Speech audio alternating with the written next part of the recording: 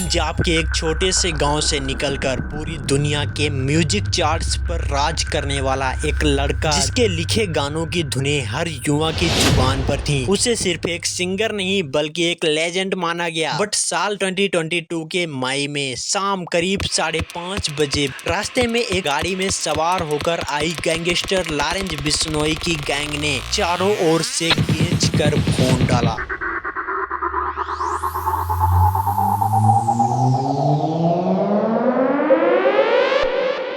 ये खौफनाक कहानी उस इंसान की है जिसका नाम है सुखदीप सिंह सिद्धू। दुनिया भर में पंजाबी म्यूजिक का डंका बजाने वाले, करोड़ों दिलों की धड़कन। 11 जून 1993 को पंजाब के मानसा जिले के मूसा गांव में जन्मा ये लड़का हमेशा अपनी जड़ों से जुड़ा रहा। जी हाँ, हम बात कर रहे हैं सुखदीप सिंह सिद्धू उर्फ सिद्धू मूसेवाला की।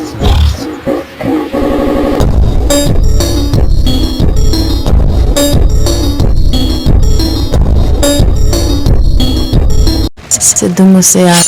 इसने इलेक्ट्रिकल इंजीनियरिंग में डिग्री हासिल की थी, लेकिन उनकी किस्मत में तो कुछ और ही लिखा था। उनके अंदर म्यूजिक नाम का कीड़ा उन्हें कनाडा के ब्रैम्पटन सिटी ले गया। शुरुआत में तो उन्होंने दूसरे गायकों के लिए गीत लिखे। पंजाब के मूसा में जन्मे सिद्धू मूसेवाला ने 2016 में निंजा के गीत लाइसेंस के लिए गीतकार के रूप में अपने कैरियर की शुरुआत की और 2017 में गुरलेज अख्तर के साथ युगल गीत जी वैगन में मुख्य कलाकार के रूप में काम किया। अपने डेब्यू के बाद उन्होंने ब्राउन बॉयज के साथ कई गानों पर सहयोग दिया। मूसेवाला के गाने यूके एशियन म्यूजिक चार्ट पर शीर्ष पर रहे। उनका गाना बम्बीहा बोले ग्लोबल यूट्यूब म्यूजिक चार्ट पर शीर्ष 5 गानों में शामिल था। 2021 में उन्होंने मोस्ट स्टेप रिलीज किया, जिसके गाने billboards global 200, billboards global US Canadian hot 100, UK Asian और न्यूजीलैंड हॉट चार्ट सहित वैश्विक स्तर पर चार्ट पर रहे और ये स्पॉटिफाई पर 1 बिलियन से भी ज्यादा स्ट्रीम पाने वाला पहला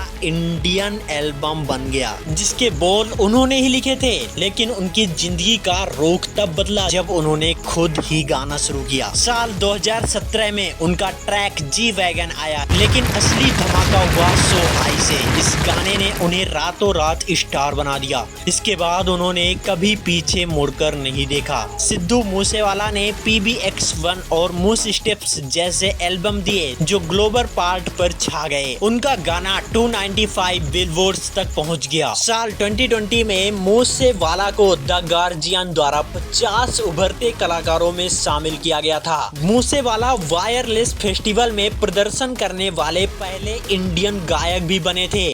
सिद्धू मूसेवाला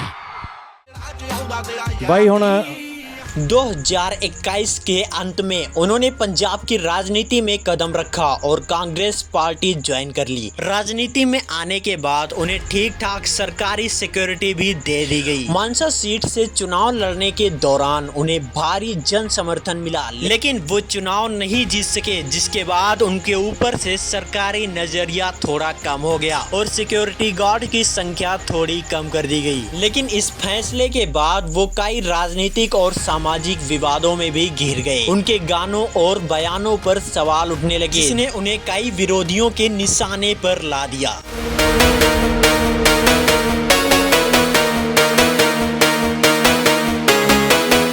29 मई 2022 की शाम करीब 5:30 बजे सिद्धू मूसेवाला अपनी बिना बुलेट प्रूफ वाली महिंद्रा थार गाड़ी में 2 दोस्तों के साथ अपनी मौसी के घर जा रहे थे। रास्ते में एक सफेद बोलेरो और टोयोटा कोरोला गाड़ी में सवार होकर आए हमलावरों ने उनकी गाड़ी को घेर लिया और सिद्धू मूसेवाला की उसी थार गाड़ी के ड्राइवर सीट पर 30 गोलियों की अंधाधुंध फायरिंग की। और इस समय सिद्धू के पास ना कोई सिक्योरिटी और ना ही कोई गार्ड था। पोस्टमार्टम रिपोर्ट के अनुसार मूसेवाला को 19 से 24 के बीच गोलियां लगी थी और ज्यादा से ज्यादा खून बहने के कारण मात्र 15 मिनट में ही उनकी डेथ हो गई। उनमें बैठे उनके दोस्तों के हाथ में भी शायद एक आधी गोली लगी थी। ये खौफनाक कदम गैंगवार और बदले की भावना का नतीजा बताया गया है। कनाडा से बिलोंगिंग गैंगस्टर गोल्डी बरार और जेल में बंद गैंगस्टर लॉरेंस बिश्नोई ने इस हमले की जिम्मेदारी ली। उनका आरोप था कि मूसेवाला एक और युवा अकाली नेता विक्की मुठखेड़ा की हत्या में शामिल लोगों की मदद कर रहे थे